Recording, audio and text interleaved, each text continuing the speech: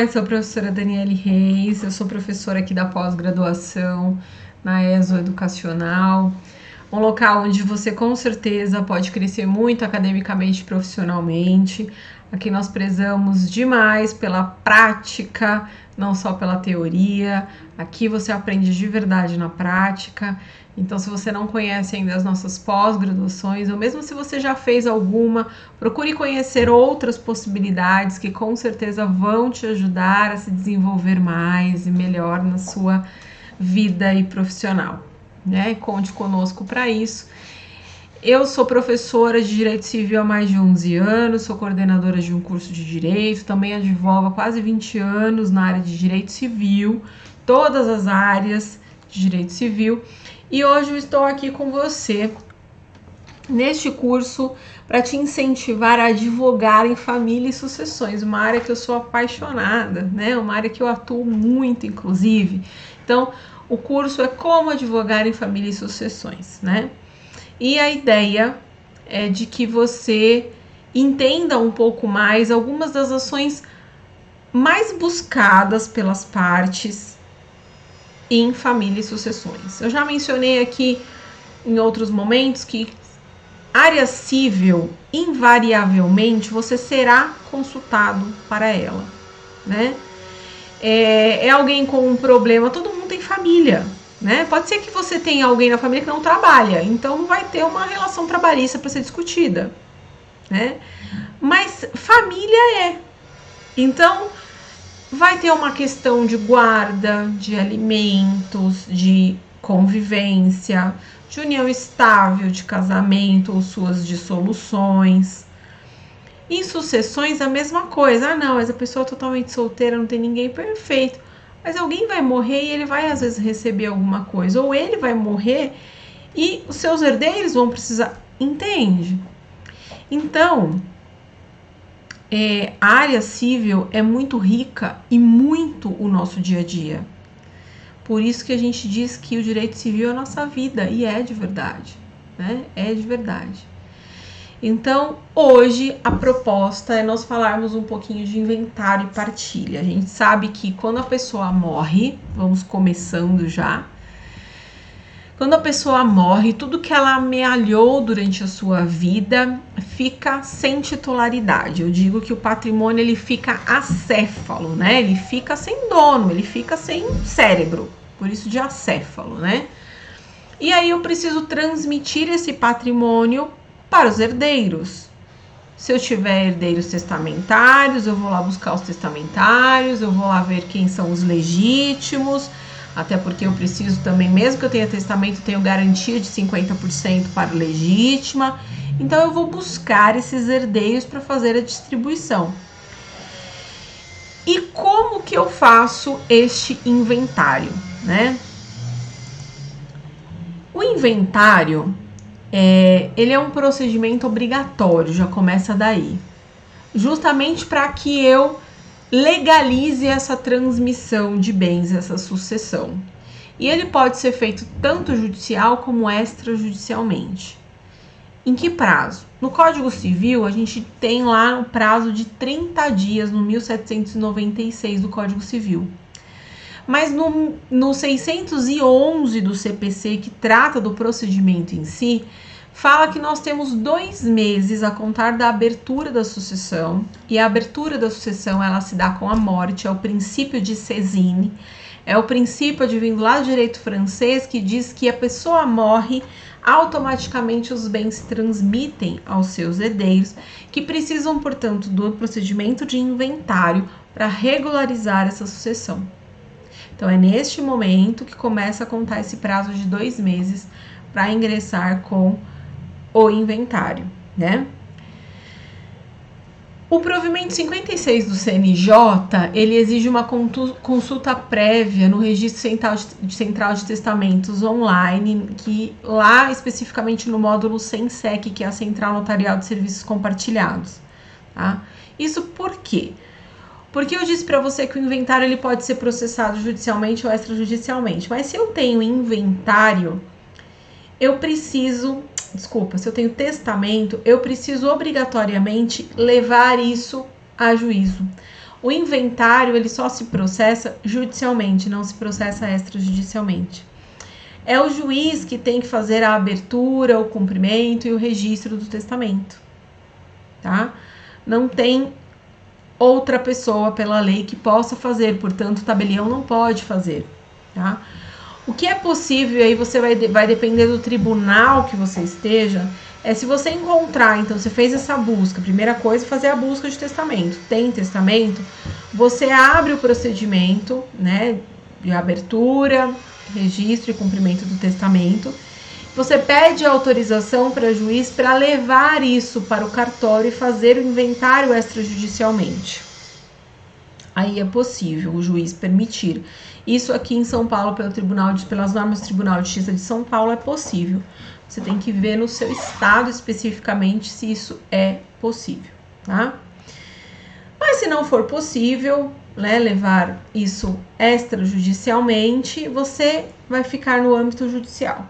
Antes de eu falar quais são as modalidades de inventário em si, é importante a gente saber que a abertura do inventário é requerida por qualquer pessoa que tenha um legítimo interesse. Então, os herdeiros, legatário, testamenteiro, a fazenda pública, o credor do herdeiro, do legatário, ou do credor do autor da herança, tá? Todos estes estão elencados lá no 616 do CPC, tá? E de inventário em si, nós temos 3 espécies de inventário.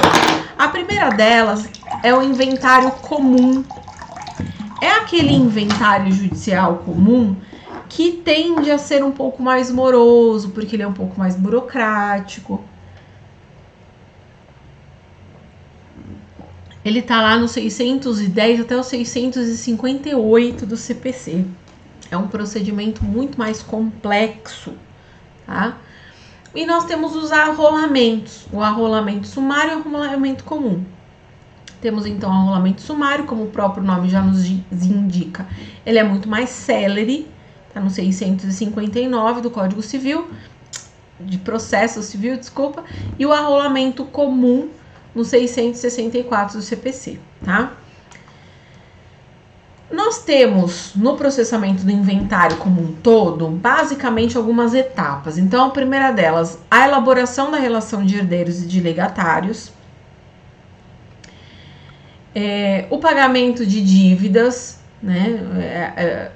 Antes até disso, né? A colheita aí de bens e direitos alheios, o pagamento das dívidas, a avaliação dos bens, o recolhimento do ITCMD, que é o Imposto de Transmissão Causa Mortes ou Ação.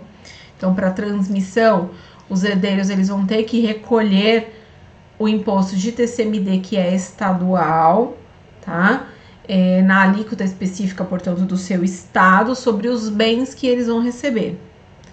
E aí, a homologação dos cálculos, que é o que antecede a partilha, tá? Então, basicamente, este é o rito. Mas vamos agora entrar no rito do inventário judicial comum. E aí é importante falar que lá do 611 eu disse para vocês que o prazo é de 2 meses, mas a lei, ela não tem nenhuma sanção específica. Ela fala que tem que entrar em 2 meses, mas não tem nenhuma sanção. Então, onde que está a sanção? A sanção, ela recai sobre o imposto a ser pago. Se você não entrar em 2 meses, o Estado vai regulamentar a multa específica por você não ter cumprido os 2 meses. Então, recai sobre o imposto. Cada estado, ele tem aí a competência para julgar aí qual vai ser a sanção pelo retardamento de ingresso do inventário, tá? E isso já foi, inclusive, julgado constitucional pelo STF, tem uma súmula 542, então não adianta tentar criar uma tese e falar, não, se a lei processual não diz, então o Estado não pode dizer sobre multa. Não tem jeito, tá? No inventário, então, judicial pelo rito comum,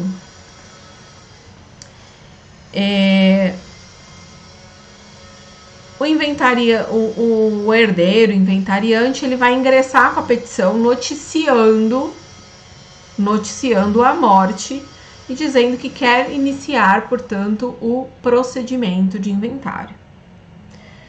E que ele quer ser o inventariante, ou indica fulano inventariante, enfim. O juiz determinando, autorizando, né, essa inventariança, esse inventariante ele vai prestar o compromisso lá diretamente nos autos. E a partir de então começa a contar 20 dias para ele apresentar as primeiras declarações.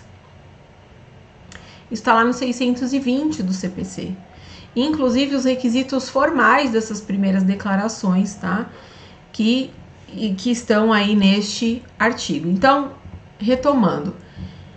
Petição inicial de inventário indica o inventariante. O compromisso de inventariança é firmado, é assinado pelo inventariante, afinal de contas, a função do inventariante é extremamente onerosa, vamos assim dizer, né? Não é nada fácil administrar os bens do espólio, prestar contas, enfim. E depois de 20 dias do compromisso prestado pelo inventariante, ele apresenta as primeiras declarações, tá? Bom, o juiz vai mandar citar os interessados, os cônjuges, companheiros, herdeiros, legatários, como por correio com cópia dessas primeiras declarações, né? Hoje em dia, a gente tem isso de forma eletrônica, pode ser que o estado específico não mande impresso e sim disponibilize somente a senha, depende aí da administração do tribunal. Se não tiver manifestação do interessado, aí ele nomeia um curador.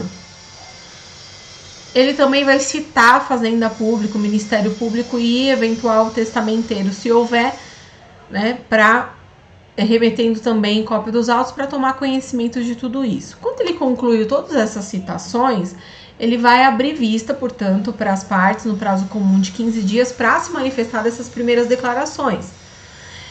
Nessas primeiras declarações vão estar lá quem são os herdeiros, quais são os bens e tal. Então, é nesse momento que ele abre esse prazo que as partes já, portanto, citadas, elas vão poder argumentar aí, dizendo sobre eventuais erros, omissões, enfim, que elas entendam aí que sejam procedentes. E se o juiz entender que há mesmo procedência nessas alegações de erros, de omissões, ele vai mandar retificar as primeiras declarações, né? Consertar aí o que foi dito. E aí as partes poderão também reclamar contra a nomeação do inventariante e também, se for procedente, o juiz vai nomear outro, observada uma ordem de preferência, né? Poderão também ainda contestar a qualidade de quem foi incluído no título de herdeiro. Ah, fulano não é herdeiro, né? Vai que colocou lá, os herdeiros nomearam uma companheira, né? E aí tem um lá que fala, não é companheira não é herdeira, portanto, né? Geralmente as disputas elas ocorrem dessa forma. Nomeou um filho que é tido como filho do coração, né? E ele não é filho. Ele não foi registrado, não foi pedido o reconhecimento de paternidade socioafetiva, nem nada, então ele não tem direito, né? Até que se prove isso, não tem direito. Então, isso também pode ser discutido neste momento aí, depois da citação. Quando a gente tem alguma discussão nesse tocante sobre a titularidade de um herdeiro, se for simples da gente discutir, então, por exemplo, nesse caso aí, ó, não é herdeiro, pronto, não tem, o juiz vai falar assim, tem certidão de nascimento? Tem, não tá o nome dele, então não é, pronto, acabou. Ah, mas eu quero discutir o reconhecimento, o juiz pode determinar o reconhecimento dessa filiação? Nesse caso, vai precisar de outras provas. Então, eu preciso de um rito específico, eu preciso de uma ação autônoma. O juiz não vai parar o inventário para reconhecer uma paternidade. Mas o que já é possível, o STJ já julgou possível, já temos vários julgados nesse sentido, na verdade, é de discutir a união estável na ação de inventário, isso sim. Agora, lógico, se eu precisar de mais provas, se tiver uma divergência muito grande e tal, aí o juiz vai falar, ó, vamos discutir isso lá na ação autônoma, depois vocês voltam aqui no inventário, né? Tá? Agora, se for um pouco mais pacífica essa relação, por princípios aí de instrumentalidade das formas, de economia processual, o juiz pode sim entender por discutir isso nos autos, ok? Habilitação de crédito de quem foi preterido, isso está lá no 628, fala assim, aquele que se julgar preterido pode demandar sua admissão no inventário, requerendo antes da partida. Então, aquele que foi esquecido. Tem um filho, por exemplo, havido fora daquela relação familiar, daquele núcleo familiar. E ele descobre que o pai faleceu e estão deixando ele de lado. Então, se ele chegar antes ali da partilha, é só ele se habilitar, tá? E aí o juiz vai abrir para as partes falarem em 15 dias, tá? Agora, se ele chegar depois, né? Porque você deve estar perguntando, se ele descobriu depois, já partilhou, ignoraram ele no óbito, ignoraram ele no inventário. E aí, como fica? Aí ele vai ter que ingressar com uma petição de herança contra os herdeiros, ok? A fazenda, ela vai se manifestar também sobre as primeiras declarações, tá? Se ela está de acordo com os dados que constam lá no cadastro imobiliário, sobre os valores dos bens, tá? E essa manifestação no prazo de 15 dias, diz o artigo 629. Então, após o prazo de 15 dias para os interessados se manifestarem sobre as primeiras declarações, se não houver aí nenhuma impugnação, ou se essas forem já decididas, né? O juiz vai nomear um perito para avaliar os bens do espólio. Isso se não tiver um avaliador na comarca, é difícil. Às vezes comarcas muito grandes tem, mas comarcas menores não tem. Aí nomeia um juiz, um perito avaliador para os bens. E este vai seguir aí as regras próprias do CPC, inclusive o prazo de entrega dos laudos e tal.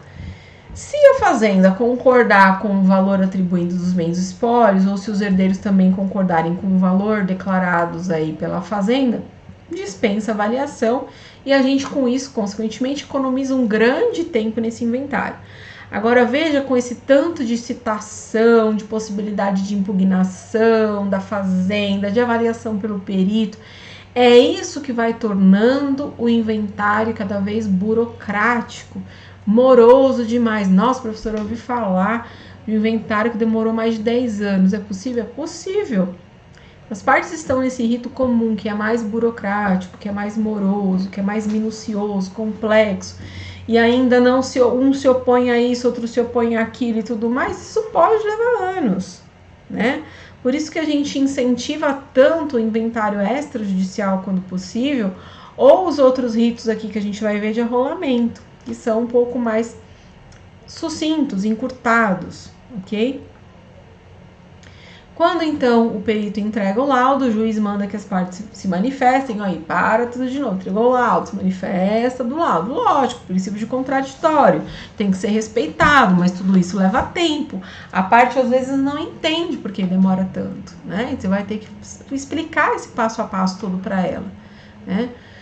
Se o laudo for impugnado, o juiz vai decidir sobre essa impugnação, e se ele julgar procedente à impugnação, ele vai mandar que o perito retifique, ó lá, volta para o perito, mais um tempo, né? Volta para o perito. Se for aceito o laudo pericial, aí sim vai lavrar os autos, o termo nos autos das últimas declarações. É nesse momento que, se o inventariante deixou alguma coisa, esqueceu, escapou, tal, ele vai poder emendar, aditar, completar as primeiras declarações, tá? Para que depois não chegue lá no final e alguém venha alegar sonegados. Olha, ele escondeu alguma coisa aí. E aí é pior, né? Porque a pena de sonegados é justamente a perda do que sonegou, né? Óbvio, para quem sonegou. E como inventariante também, via de regra, ele é um beneficiário, muitas vezes ele é um herdeiro, então essa pena é muito ruim. Vai ouvir aí as partes sobre as últimas declarações no prazo também comum de 15 dias.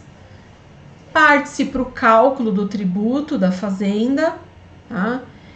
Lá na súmula 112 do STF, nós temos que o imposto causa-mortes, ele é devido pela alíquota vigente no tempo da abertura da sucessão. Então, se demorou muito para fazer o inventário, você tem que ir lá atrás e ver qual era exatamente a alíquota, tá? Feito o cálculo, as partes vão ser ouvidas no prazo de 5 dias, se houver impugnação julgada procedente.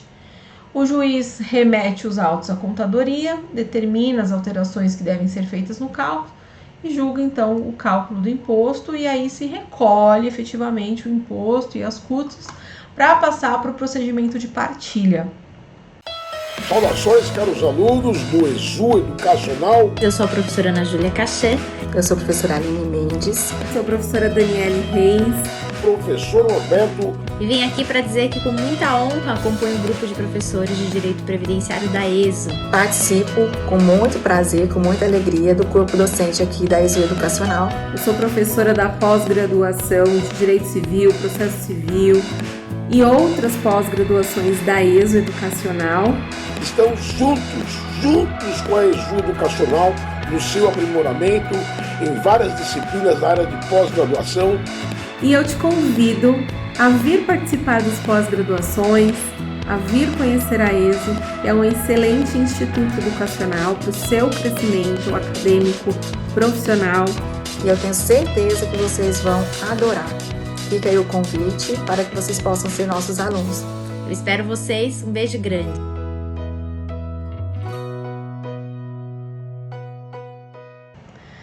Veja que só para falar desse rito já é moroso, então imagina isso na prática, né? Então, sempre tentar o acordo, tentar que seja consensual, tentar levar isso para o extrajudicial ou para o arrolamento sumário, que a gente vai falar agora, que são procedimentos muito mais abreviados, as partes ganham muito mais, né? Quanto menos briga, mais se ganha em tempo e, consequentemente, isso é revertido em dinheiro para todo mundo. Isso é bom para o advogado, isso é bom para as partes, isso é bom para o juiz, é bom para todo mundo, né? E as partes precisam entender isso. Às vezes ceder em alguma coisa para que o procedimento caminhe de forma mais fácil, ok? Bom, próxima forma de inventário é o arrolamento sumário, que está lá no 659, como eu já disse, é uma forma mais abreviada de inventário e partilha de bens. Aí, nesse caso, eu preciso ter concordância de todos os herdeiros. Todos os herdeiros precisam ser maiores e capazes. Não importa o valor de bens a serem aí partilhados, tá? O que importa é justamente trazer essa maior celeridade nessa partilha de bens. Veja que os requisitos, eles são os mesmos do inventário extrajudicial. Concordância dos herdeiros, ou seja, consenso, né? Todos maiores e capazes, não importa. Então, quando eu tiver esses requisitos, eu vou ofertar para o cliente ou fazer judicialmente pelo rito de arrolamento sumário, que é muito rápido, né? Ou, se você quer mais rápido ainda, você vai para o extrajudicial. Ah, professora, e com relação às custas? Com relação às custas, extrajudicialmente, você também pode pedir isenção de custas se as partes não têm condição de arcar. Mas o imposto você não está livre. O imposto aí você tem que discutir um parcelamento. E se você quer discutir o parcelamento, só dá para ser judicial. Porque lá no cartório, para fazer extrajudicial, eles vão exigir o pagamento na hora. Porque tem que constar, inclusive, lá. Ou, se foi deferido o parcelamento, eles também anotam lá o parcelamento, mas o mais certo é estar quitado, né? Lá eles também podem deferir a isenção de custos dos emolumentos do cartório, mas é um pouco mais difícil. Ah, não, meu cliente vai pagar, então qual que eu opto, professora? Você tem que ver o monte mor, um monte partível, na verdade, não um monte mor, um monte partível, para você ver quanto que vai ser de custas processuais e quanto que vai ser de emolumento, porque às vezes vale muito mais a pena, sai mais barato no extrajudicial do que no cartório, além de ser mais rápido, né? Sai muito mais barato fazer no cartório extrajudicialmente do que no judiciário, além de ser muito mais rápido no extrajudicial que é feito no cartório. Então você tem que avaliar o caso concreto, perfeito?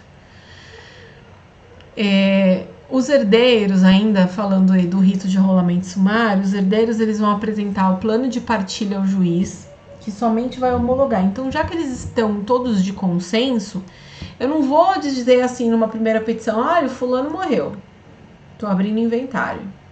Não, eu vou falar, o fulano morreu, tô abrindo inventário, quero nomear o fulano inventariante, os bens são esses, os herdeiros são esses, nós queremos partilhar dessa forma. Eu já entrego a fórmula pronta para o juiz que vai homologar. Por isso que ele é mais rápido. Por isso que, óbvio, tem que ter o consenso, né? Quando ele homologa e transita em julgado essa sentença de homologação de partilha ou de adjudicação, vai ser lavrado um formal de partilha para ser dividido lá os bens sobre todos os herdeiros. E, se for um único herdeiro, carta de adjudicação. Tá? Não é feito formal de partilha e sim carta de adjudicação, porque é para um só. Se tiver bens a serem levantados, rendas, por exemplo, o dinheiro em conta, vai ser expedido um alvará, tá? E vai também se intimar o fisco para o lançamento administrativo do TCMD, ok? Então, veja, petição inicial de arrolamento sumário, os herdeiros vão requerer a nomeação do inventariante que eles designaram, que eles já acordaram, vão declarar os que são herdeiros, né? Então, os títulos dos herdeiros e os bens do espólio, vão atribuir valor para esses bens de espólio para fins de partilha, vão pagar a taxa judiciária e os impostos vão ser pagos e lançados conforme esse valor desses bens. Então, vai fazer lá a declaração de TCMD do estado da fazenda competente e é o fisco que vai apurar posteriormente alguma irregularidade, vai cobrar a diferença. Se tiver credores do espólio, não impede essa homologação, desde que se reserve lá os bens suficientes para o pagamento dessa dívida, tá? E paga-se, né, tendo pago o imposto, estando todos de acordo, então, desta forma, o juiz homologa, ok?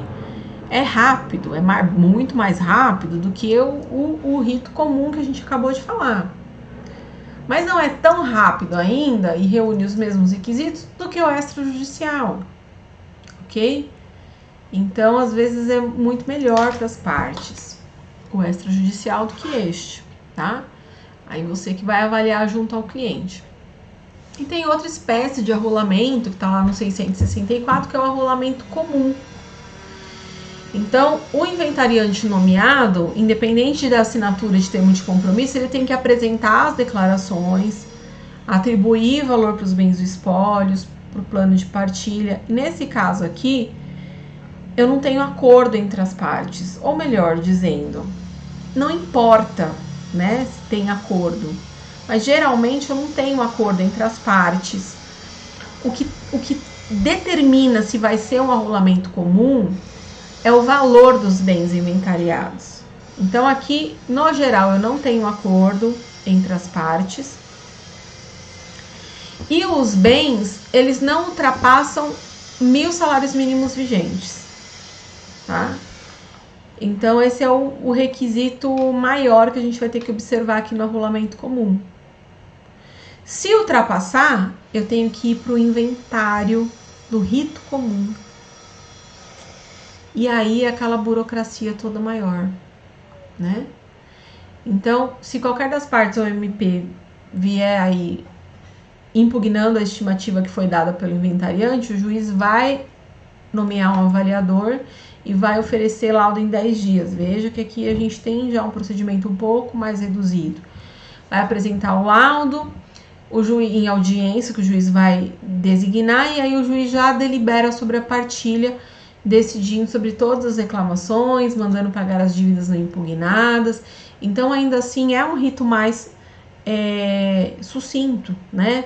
vai lavrar um termo assinado pelo juiz, pelo inventariante, pelas partes presentes, vai fazer o lançamento, o pagamento e a quitação da taxa judiciária e do ITCMD, e aí o fisco também vai posteriormente analisar isso e dizer se procede ou se não procede. Isso é importante também, porque aqui em todos os inventários judiciais, o fisco vai ter que dar uma declaração da quitação total. Não basta só juntar o pagamento. Eu tô com o inventário parado há um tempo, por conta desse negócio de pandemia e tal, a gente não consegue ter o atendimento, a gente já marcou várias vezes, e aí fala que o atendimento é por e-mail não se resolve, o inventário tá parado há um tempão, porque eu preciso da declaração do fisco. Eu junto todos os comprovantes dizendo, olha aqui, tá tudo pago, tudo quitado, o fisco não impugnou nada até agora. O juiz fala, eu quero a declaração formal do fisco. Precisa, é requisito, né? E a gente tá amarrado com isso. Se fosse no extrajudicial, é que não era possível porque não tinha consenso das partes, mas se fosse no extrajudicial, os comprovantes de quitação já bastavam para constar na escritura e pronto, tá? Então, mais uma vez, sempre que possível, extrajudicial, que anda muito mais rápido, é muito melhor para todo mundo, né? Seu cliente certamente vai ficar muito mais satisfeito, porque ele vai pensar nessa celeridade. E inventário já causa um certo pânico nas pessoas, né? Então, provada a quitação dos tributos, o juiz julga a partilha e esse procedimento é adotado mesmo se estiver incapaz, né? Enfim, concordância do MP. Eu posso utilizar ainda assim esse rito, coisa que eu não posso no arrolamento sumário, como a gente já viu que todo mundo tem que ser capaz, tá? No extrajudicial, que eu tenho defendido tanto aqui, porque de fato é um procedimento muito mais breve, muito mais simples, eu chego também lá com tudo pronto, né? Isso foi instituído em 2007 pela Lei 1441. Ele é feito por meio de escritura pública, então você vai procurar o tabelianato de notas para fazer essa escritura, tem lá os escreventes que fazem as escrituras, você vai conhecer algum da sua confiança, né? Não vai dispensar aí controle judicial, enfim, e você tem os requisitos, que são cumulativos, todos devem existir, artigo 610 do CPC. Então, inexistência de testamento, inexistência de herdeiros incapazes, acordo entre todos os herdeiros quanto à divisão dos bens, todas as partes assistidas por advogado.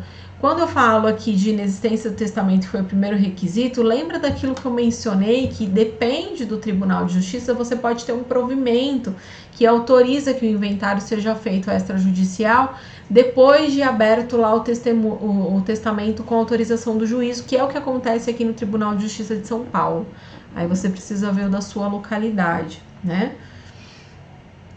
A resolução 35 de 2007 do CNJ, ela traz vários procedimentos que a gente precisa observar e vale eu destacar aqui para você. Então, primeira coisa, é livre a escolha do tabelião para lavrar a escritura. Lá no inventário, eu preciso ver, no geral, a localização dos bens, ou onde o decujus faleceu, onde ele morava. Eu tenho umas regras de competência, né? Aqui eu não tenho, né? Eu já tive inventário, a pessoa faleceu no Sul, os herdeiros estavam em São Paulo e me contrataram para fazer o inventário lá do Sul, né? E nós fizemos aqui, em São Paulo. Então, é de livre escolha o tabelião para lavrar a escritura de inventário, não tem competência territorial para isso. Então, já está uma primeira facilidade aqui. Mas lembrando que ele é facultativo, ele não é obrigatório, né? Inclusive a resolução também destaca isso. Pode ser solicitado aí a qualquer momento a suspensão do processo para que você leve para o extrajudicial. Geralmente o juiz suspende por 30 dias para você tentar fazer extrajudicialmente, ou então você já desiste de vez para fazer o inventário extrajudicialmente, né? escrituras públicas de inventário não depende de homologação judicial, são títulos hábeis aí para o registro civil, registro imobiliário, então a gente tem aí a partilha dos bens, já com essa própria escritura já leva registro lá no cartório de registro de imóveis, no registro civil também para constar que fulano é viúvo e tal, e que, né, para alteração lá da titularidade. A gente já teve ações aqui discutindo, inclusive, a mudança de nome, se isso entrar nesse bojo da questão do inventário extrajudicial, para tirar o nome do marido que faleceu, por exemplo, isso pode entrar aqui. Por enquanto não, tá? É só uma novidade que tivemos aí de uma decisão recente e que pode, às vezes, passar a ser aceito aqui também. Gratuidade possível, como eu já mencionei, é feita uma simples declaração dos interessados de que não tem possibilidade de arcar com os emolumentos, né? E aí, lógico, o tabelião vai analisar, vai pedir, às vezes, documentação para comprovar isso, para ele dar a decisão dele de acatando essa gratuidade ou não, tá? É necessário a presença de advogado. As pessoas às vezes acham, eu vou lá no cartório e faço, não preciso de advogado. Precisa, sempre precisa, e tome muito cuidado, porque infelizmente existem cartórios que trabalham em parceria com advogados e indicam os advogados, e isso é antiético, isso não pode acontecer. É antiético da parte do advogado e antiético da parte do tabelionato. Se eu conheço isso, eu já não trabalho com o tabelionato, né? Porque não pode ser dessa forma. A profissão de advogado, a gente sabe muito bem disso, ela é de confiança.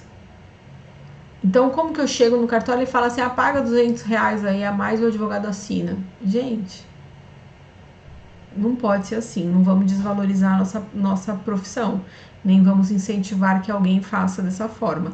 Se você souber, inclusive, você pode denunciar, tá? Porque não pode existir isso. Aliás, porque as pessoas acham que é simplesmente assinar. O advogado vai lá assinar.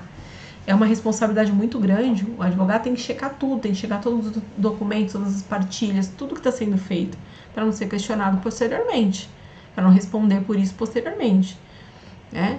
Então, é muito sério tudo isso, tá? Então, não dispensa aí o advogado, mas dispensa a procuração.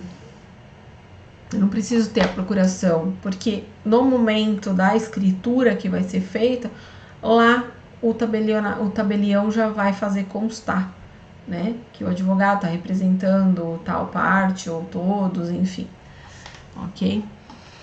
É necessário a nomeação de interessado com poderes de inventariante, sem necessidade de seguir a ordem prevista do CPC. Outra facilidade, porque lá no judiciário vai seguir a ordem do CPC, aqui não precisa, pode ser qualquer um, tá?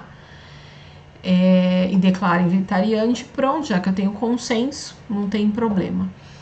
A escritura, ela pode ser retificada depois se teve algum erro, alguma coisa aí que precise ser consertada. Às vezes as pessoas falam, se saiu um erro e agora, né, já foi lavrado, tá no livro. Não pode ser retificado. É lógico que a gente preza para que isso não seja feito, né, não seja necessário, mas pode ser feito. O recolhimento dos tributos, como eu já disse, também deve anteceder a lavratura da escritura de inventário, porque vai ter que constar lá o pagamento, o valor, o número da guia, a autenticação, a declaração, tudo, tá? Tem que ser muito transparente. Os cônjuges dos herdeiros, eles deverão comparecer na lavratura da escritura só se houver renúncia ou algum tipo de partilha que tenha alguma transmissão, a menos que o regime de bens seja de separação total de bens, porque aí não tem comunicação dos bens e nem dos frutos, né? Mas em qualquer outro regime, se tiver renúncia, precisa, tá? A meação do companheiro, aquele que está em união estável, ela pode ser reconhecida em escritura pública também, da mesma forma que lá no inventário judicial eu posso dar uma paradinha no inventário e fazer o reconhecimento. Aqui eu também já posso declarar esse reconhecimento. lógico, mais uma vez, desde que todos estejam aí de acordo. As partes e os seus respectivos cônjuges, eles devem estar todos qualificados por completo, né? Nacionalidade, profissão, idade, estado civil, regime de bens, data do casamento, pacto antinupcial, o registro imobiliário, número do documento de identidade, CPF, domicílio, residência, tudo, tá? Vai conter ainda na escritura pública a qualificação completa do autor da herança, o regime de bens do casamento, pacto antinupcial, o registro imobiliário, se houver, onde faleceu, o dia, local desse autor da herança, expedição de certidão de óbito, tudo detalhado, óbvio, né, do autor da herança, que é o principal ali, né, e todos os seus herdeiros. E as partes, para a gente ter tudo isso plenamente válido, não ser questionado posteriormente, elas vão apresentar as certidões pessoais e imobiliárias devidamente atualizadas, né? Os documentos pessoais das partes, todos originais, autenticados, para que faça constar também no documento. E se alguém esqueceu de mencionar aí algum bem, alguma coisa do tipo, pode ser feita uma sobrepartilha, tá? Então, a partilha ela pode ser feita judicialmente, que é uma consequência e uma continuidade lá do inventário judicial, mas também pode ser feita extrajudicialmente. Então, aqui, geralmente se faz o inventário, a partilha, e se esqueceu alguma coisa, vai ser feito depois a sobrepartilha, tá? Se tiver um só herdeiro, não tem, né, a partilha, e sim a adjudicação dos bens, também por essa escritura. Se tiver credores, não impede o procedimento extrajudicial, mas o correto, lógico, é fazer a reserva, né, da cota aí do que cabe de pagamento dos credores. Olá, querido aluno, querida aluna da ESO Cursos. Eu sou o professor Tiago Menegaldo, advogado especialista em Direito Material e Processual do Trabalho, e tenho a honra de compor o corpo docente dessa renomada instituição, que sempre nos confia as ementas e nos cobra, é isso mesmo, nos cobra para que nós possamos trazer para a sala de aula a prática da advocacia. Sou profissional de RH, já atuei em RH por mais de 13 anos, também sou diplomado em segurança do trabalho, o que me permite falar com uma certa propriedade questões de normas regulamentadoras, meio ambiente do trabalho, acidente do trabalho. Você não vai se arrepender de estudar com a gente. Vem para cá que o curso é de excelência. Um forte abraço do professor. Até mais!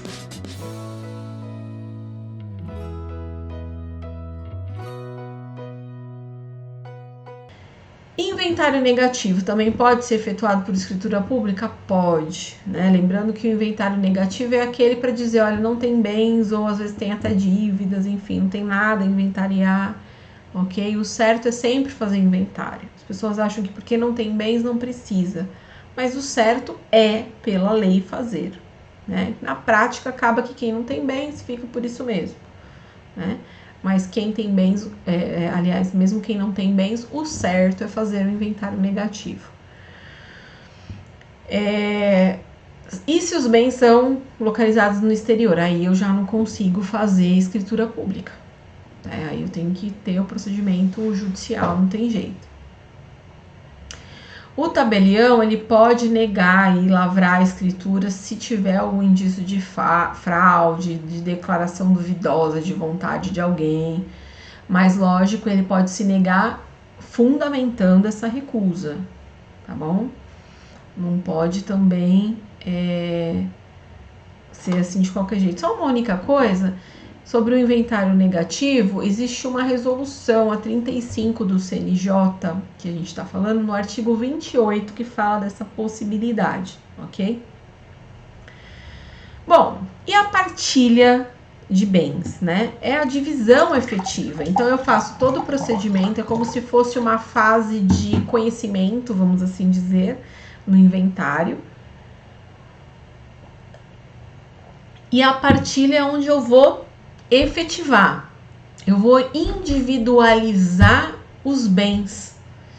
pensa que os bens do espólio, eles são um todo universal, via de regra, tanto que eles têm uma característica de imóvel, né, por designação legal. E aqui eu vou individualizar, né,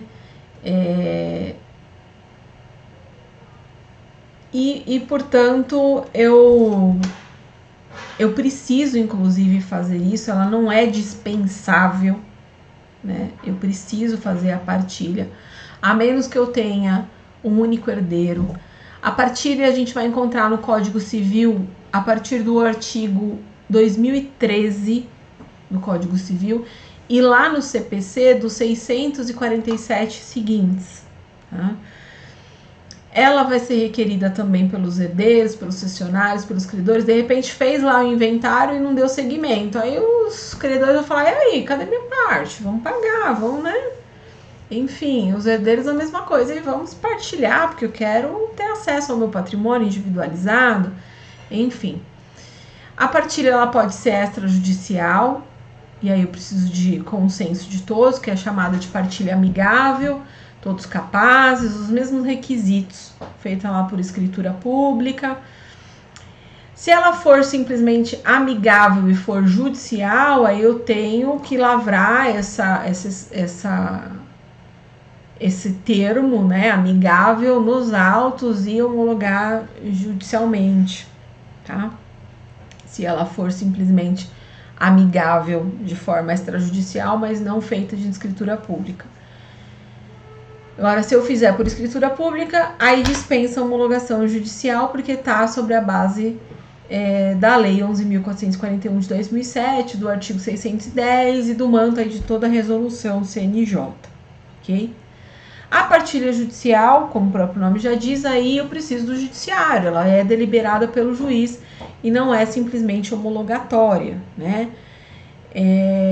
Sempre vai ser judicial se os herdeiros divergirem, se os herdeiros tiverem alguma questão aí a levantar, a impugnar, ou se um dos herdeiros for incapaz, aí não tem saída, ok?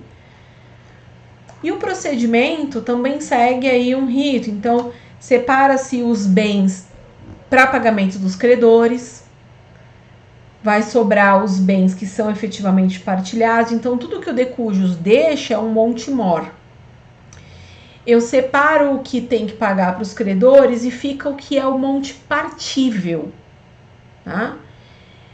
Nesse momento, então, que eu separo os bens para os credores, o juiz vai facultar às partes o prazo comum de 15 dias para formular aí o seu pedido de quinhão.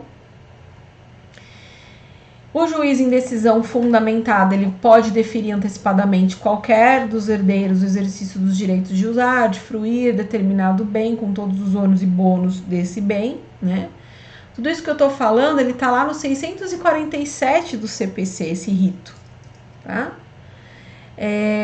Eu vou ter que observar as regras do 648, que é a igualdade da partilha, a prevenção de litígios futuros e máxima comodidade dos herdeiros. Eu gosto muito de falar disso. Esse artigo é extremamente importante. É uma regra que já está prevista também lá no 209 do Código Civil, além de estar aqui no 648 do CPC. E é importante por quê? Porque sempre que possível, mesmo quando tenha litígio, tentar de alguma forma minimizar litígios futuros. O que eu estou falando? As partes não entram em consenso. Elas têm um único imóvel para dividir. Ou elas têm três herdeiros, 3 imóveis, mas elas não entram no consenso. E o que o juiz vai fazer? 1/3 para cada um. Via de regra, né? Ao menos que tenha testamento, tenha partes desiguais. Mas vamos supor que não tem. 1/3 cada um.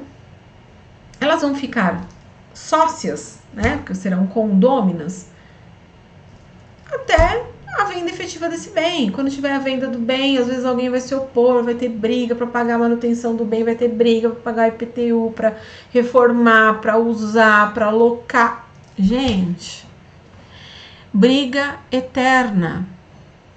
Se você tem 3 herdeiros, se tem 3 imóveis, deixa um cada um. Ah, mas às vezes um é um valor muito mais caro que o outro, mas compensem. Tentem fazer ali um bem bolado. precisa ter prevenção de litígio futuro. Não é simplesmente eu sou advogado, partilho um terço para cada um, lave minhas mãos no problema de vocês. Gente, conscientiza seus clientes. Conscientizem seus clientes, né? Por mais que você, né, não seja ganancioso ao ponto de falar assim, no futuro ele pode vir aqui ainda para discutir extinção de condomínio, para discutir uma alienação judicial do bem. Gente, você está prejudicando o teu cliente. Não é legal, né? Não é legal. Aquele que foi concebido e ainda não nasceu vai ter o seu quinhão reservado em poder do inventariante até o nascimento. Então, a gente está falando aqui do nascituro, tá? O partidor, ele vai organizar o esboço da partilha de acordo com a decisão judicial. E aí, ele vai observar isso, esse pagamento, na ordem que está lá no 651. Dívidas atendidas, ameação do cônjuge, ameação disponível, os quinhões hereditários, começando do herdeiro mais velho, ok? As partes vão dizer sobre esse esboço no prazo comum de 15 dias, vão resolver aí eventuais reclamações, a partilha vai ser lançada nos autos, e o 653 dispõe que o que deve conter na partilha, que são os requisitos formais. Paga o ITCMD, junta aí a certidão negativa de débitos fazendários, o juiz julga por sentença a partilha. Transita em julgado a sentença, os herdeiros recebem os bens específicos, expede-se lá o formal de partilha que serve de prova de divisão dos bens, e é o que vai efetivamente levar a registro. Se o quinhão hereditário não exceder 5 salários mínimos, eu posso substituir o formal de partilha por certidão de quinhão hereditário, tá? Então isso também é importante. Mesmo depois que transitou em julgada, ela pode ser emendada e a gente precisa ver os requisitos específicos do 656. Mas veja, eu tenho mais uma vez na partilha judicial todo um procedimento moroso, burocrático. Imagina, eu estive lá no inventário já moroso. Entro na partilha moroso.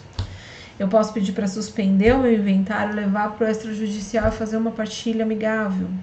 Extrajudicial.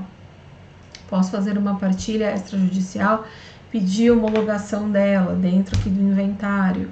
É o acordo, é a transação entre as partes. Então, sempre prezar pelo consenso. Em família e sucessões, a gente sempre tem que pensar nisso. Isso faz com que traga aí essa celeridade processual, uma satisfação maior para os clientes, né? É muito melhor para todo mundo, ok? Então, esse é o procedimento. Só para não passar em branco, deixa eu só mencionar com você. Você pode estar pensando, e o alvará judicial? O alvará judicial, ele não é inventário, tá? Mas ele é utilizado para levantamento de pequenos valores em nome do falecido, desde que o falecido ele não tenha bens a inventariar. Se eu tenho vários bens a inventariar, tem lá uma conta no pequeno valor, eu não posso ingressar com o inventário só para aquilo. Eu tenho que, aliás, com alvará só para aquilo. Eu tenho que entrar com o inventário e se eu quero levantar, eu peço alvará dentro do processo, tá? O alvará judicial, ele geralmente ele é autônomo quando ele só tem, por exemplo, deixou uma continha lá de PIS depositado, o restinho do INSS, é alvará judicial, tá? Agora, deixou mais bens, é inventário. Preciso alienar algum bem, até mesmo para pagar imposto, é possível? É possível, eu peço alvará judicial fundamentado para o juiz, no bojo do processo, ok?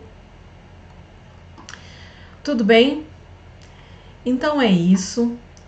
Me sigam no Instagram, @doutora Daniele Reis. Eu também tenho um canal no YouTube, Professora Daniele Reis.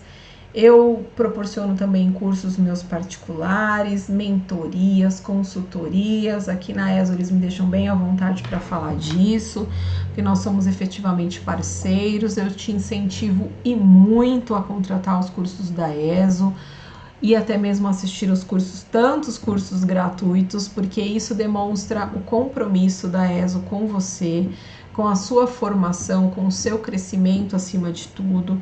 Então venha conosco, eu espero que você possa estar conosco em alguma pós-graduação. Ah, mas professora, já fiz uma, então esteja conosco nos cursos gratuitos sempre. De repente vai surgir a oportunidade de você fazer uma outra pós-graduação, aumentar o seu conhecimento, o seu gabarito. Isso é extremamente... Nós não paramos de estudar nunca, gente, né? Não paramos nunca. Então... E gostamos, no geral, né, de estudar. Mas mais do que isso, não só estude, coloque em prática, que é o nosso grande objetivo. Nós também temos a tendência de permanecer estudando e não colocar em prática. Então, mude esse cenário, tá? Bom, foi um prazer estar com você. Eu espero que eu tenha te ajudado, que você tenha gostado e que nós estejamos juntos em outras aulas aí de pós-graduação. Eu te espero. Um grande abraço. Olá pessoal, tudo bem? Sou o professor Júlio César Sanches, advogado, professor, coordenador, escritor e com muito carinho estou aqui para convidar você. Professor Júlio, eu quero fazer uma melhor pós-graduação online, EAD, prática, focada na prática. Eu quero aprender a advogar, eu quero aprender a fazer passo a passo. Existe essa oportunidade? Existe sim. Venha aprender a advogar em um ramo novo. Você que já atua em um ramo, você quer criar um braço novo no seu escritório, venha conhecer as nossas pós-graduações. A metodologia é única, é a única pós no Brasil que você tem plantão de dúvida, material de apoio, modelo de peça. Não é aquela pós online fria, não, pelo contrário, uma pós diferente que vai fazer a diferença na sua vida. Você quer ter sucesso profissional, você quer ajudar de verdade o seu cliente, venha conhecer as nossas pós-graduação. ISO significa Escola Superior Universitária. Essa é a nossa faculdade que vai ajudar você. Um abraço.